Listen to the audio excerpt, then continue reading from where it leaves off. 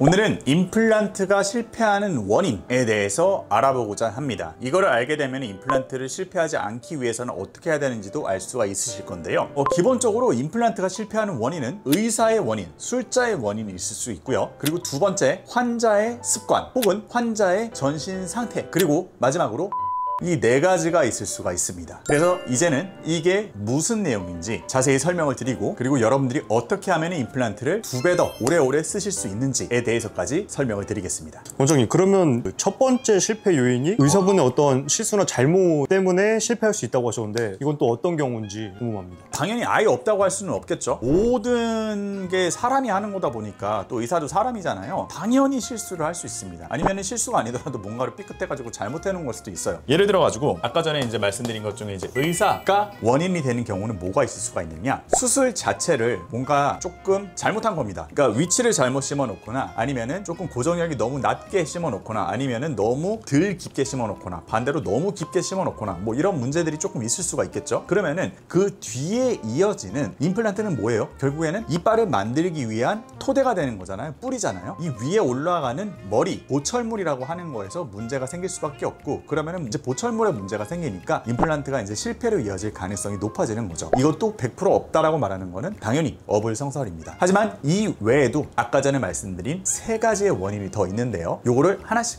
짚어보도록 하겠습니다. 두 번째 실패 요인이 환자의 습관이라 하셨는데, 어떤 습관들이 실패하게 만드는지 궁금합니다. 여러 가지가 있습니다. 환자의 습관, 일단 환자가 음주를 한다, 흡연을 한다, 그러면은 당연히 실패할 확률이 너무너무 올라갑니다. 게다가 뼈 이식까지 많이 해놓고, 위쪽 같은 경우에는 한국인들은 보통 이쪽 뼈가 얇아가지고 상악동 거상술이라는 거를 많이 하게 되는데, 상악동 거상술까지 했는데도 계속해서 흡연을 하신다? 그러면은 뼈가 다 녹아버리거나, 아니면은 막이 찢기거나 굉장히 여러 가지 현상이 나타날 수가 있습니다. 그리고 임플란트를 이렇게 심어 놓고 나면은요, 이게 이제 이렇게 뼈에 심기는데 위쪽에는 또 잇몸이 있습니다. 임플란트가 고정력이 그렇게 좋지 않게 나왔다 그러면은 조그만 뚜껑, 커버 스크류라는 조그만 뚜껑을 달아 놓습니다. 그런데 이게 고정이 잘 나온 경우에는 잇몸 밖으로 이렇게 빼가지고 힐링 어버트먼트, 치유 쥐대주라는 거를 끼워 놓게 됩니다. 그래가지고 가끔씩 가다가 수술하고 나서 나 선생님 입안에 철사가 보여요, 이거 임플란트 튀어나온 거 아닌가요? 하고 나서 여쭤보시는 분들도 계시는데, 그거는 이제 임플란트 수술할 때 심겼던 뿌리 파트가 아니고 정상적으로 잇몸 밖으로 이렇게 튀어나와서 잇몸을 동그랗게 이쁘게 아물게 해줄 수 있는 치유 지대주라고 보시면 됩니다. 그런데 문제는 고정력이 엄청 잘 나와서 이 치유 지대주를 달았음에도 불구하고 이쪽으로 계속 씹어 드시거나, 아니면 혀로 계속해서 이렇게 만지거나 손가락으로 건드리거나 이렇게 외력을 계속 주게 되면요, 처음에 고정이 아무리 잘 나왔어도 처음에 임플란트는 고정력이 싹 빠지거든요. 왜냐면 뼈가 녹는 과정도 같이 진행이 되기 때문인데, 그러다가 이제 뼈가 다시 붙게 된단 말이에요. 이 과정에서 탁 실패를 해버리게 되는 거죠. 그래서 이런 습관들이 있으면은 임플란트가 실패를 할 수 있습니다. 원장님, 그럼 아까 말씀해주신 세 번째 요인이 환자의 상태 말씀해 주셨는데, 그 환자의 상태라는 게 어떤 건지 이것도 좀 궁금하네요.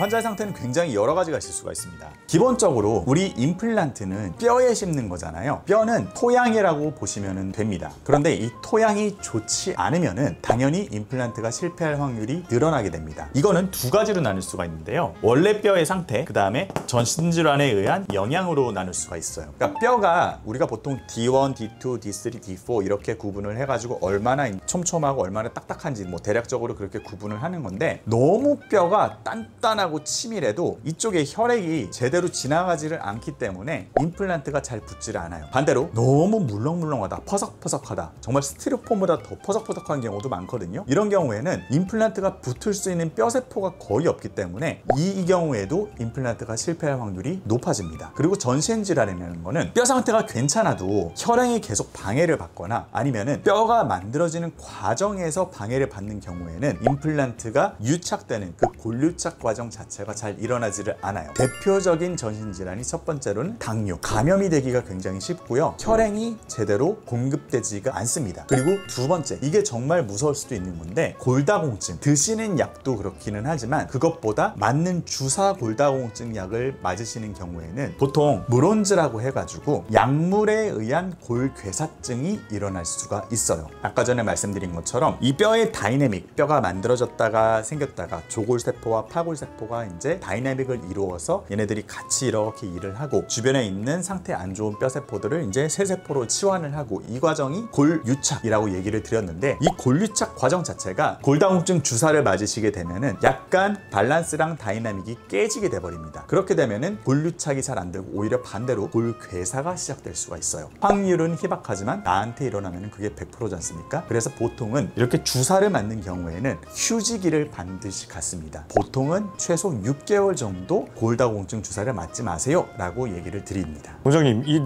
네 번째가 아까 뽑기라고 말씀하셨는데 네. 갑자기 뽑기라는 단어가 왜 나오는지 궁금했거든요. 오징어 게임에 나오는 뽑기 이런 거 아니고요. 여러분들이 가차 돌린다고 하잖아요. 뽑기를 뽑으면 좋은 게 나올 수도 있고 안 좋은 게 나올 수도 있습니다. 임플란트도 뽑기라는 단어 자체를 쓰기에는 좀 그렇기는 하지만 가끔씩 불량품이 있어요. 불량품이. 그러니까 이게 공정 자체가 그래도 굉장히 복잡하잖아요. 이거를 이제 굉장히 섬세한 밀링기로, 가공기로 이거를 깎아가지고 여러 가지 처리를 하고 세척을 하고, 그 다음에 그 위쪽에다 표면 처리를 하고, 이거를 완전하게 멸균을 해가지고 밀봉을 하고, 이 일련의 과정을 거치는 건데, 특정 과정에서 하나라도 삐끗하게 되면은 그게 불량 제품이 될 수가 있는 겁니다. 근데 이게 불량 제품인지 아닌지 절대 눈으로는 확인이 불가능해요. 제조사도 확인을 할 수가 없고요. 이거를 보는 의사도 확인하는 게 불가능합니다. 심지어 이거는 표면 처리의 문제라면은 현미경으로 들여다봐도 알 수가 없어요. 그래서 굉장히 무서운 얘기기는 하지만, 그래도 이게 아무래도 기계가 하는 거긴 하지만 공정상의 문제가 생길 수가 있고, 요즘에는 그런 문제들이 점점 줄어들고는 있지만, 특정 롯드라고 하잖아요. 특정 롯드에서 문제가 생기는 경우가 예전에는 있었어요. 근데 요즘 들어서는 그런 문제가 그래도 조금씩 줄어들고 있는 것 같습니다. 그래서 뭐 이거를 너무 겁내실 필요는 없고요. 아까 전에 물온즈도 그냥 엄청나게 희박한 확률이라고 말씀을 드렸잖아요. 이것도 이제 굉장히 희박한 확률이기 때문에 이런 경우는 거의 없다라고 생각을 하셔도 될 것 같아요. 뭔가 했는데 한번 실패를 했어요. 그러면은 보통 이 뽑기가 잘못됐을 확률도 있습니다. 근데 했는데 계속 실패. 그런 경우에는 보통 뭔가 환자의 뼈 상태, 토양 자체가 안 좋은 경우가 굉장히 많다라고 보시면 될 것 같아요. 원장님, 이게 궁금해서 그러는데 이 임플란트 수술을 실패할 확률이 조금 어느 정도 되나요? 임플란트 수술 확률이 실패할 확률은 사실 100개 심으면 하나도 실패 안 하는 것 같습니다. 물론 이제 누가 어떻게 이런 것들을 여러 가지를 고려를 해가지고 지킬 거는 잘 지키면서 제대로 정석대로 잘 심느냐에 따라 다르겠지만, 일단 뽑기는 좀 제외를 할게요. 이거는 너무 랜덤한 거래가지고 이런 것들을 고려를 했을 때, 그래가지고 노하우를 가진 의사가 잘 심으면은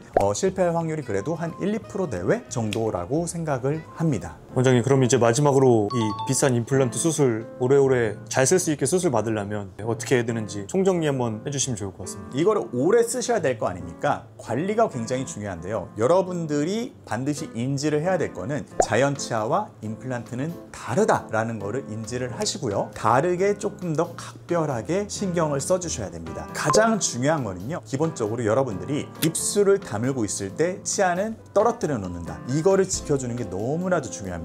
쓸데없는 힘이 몇 년, 몇십 년 동안 계속 가해지면은 자연치아도 그렇고 임플란트도 그렇고 그 수명이 기하급수적으로 줄어들 수밖에 없어요. 그리고 두 번째, 임플란트는 구조적 한계 때문에 반드시 음식물이 낄 수밖에 없습니다. 그래서 치간 칫솔이나 치실, 이런 보조 도구를 반드시 사용을 해주셔야 됩니다. 이거를 쓰느냐 안 쓰느냐에 따라 가지고 임플란트의 수명이 많이 차이가 날 수가 있고요. 그리고 너무 말씀 많이 들어가지고 죄송스럽기는 한데, 음주라든지 흡연 최대한 줄여주시는 게 좋습니다. 그래서 여러분들이 임플란트에 대해서 몰랐던 사실, 정보를 많이 얻으셨다면 반드시 좋아요, 구독 꼭 부탁드리겠습니다.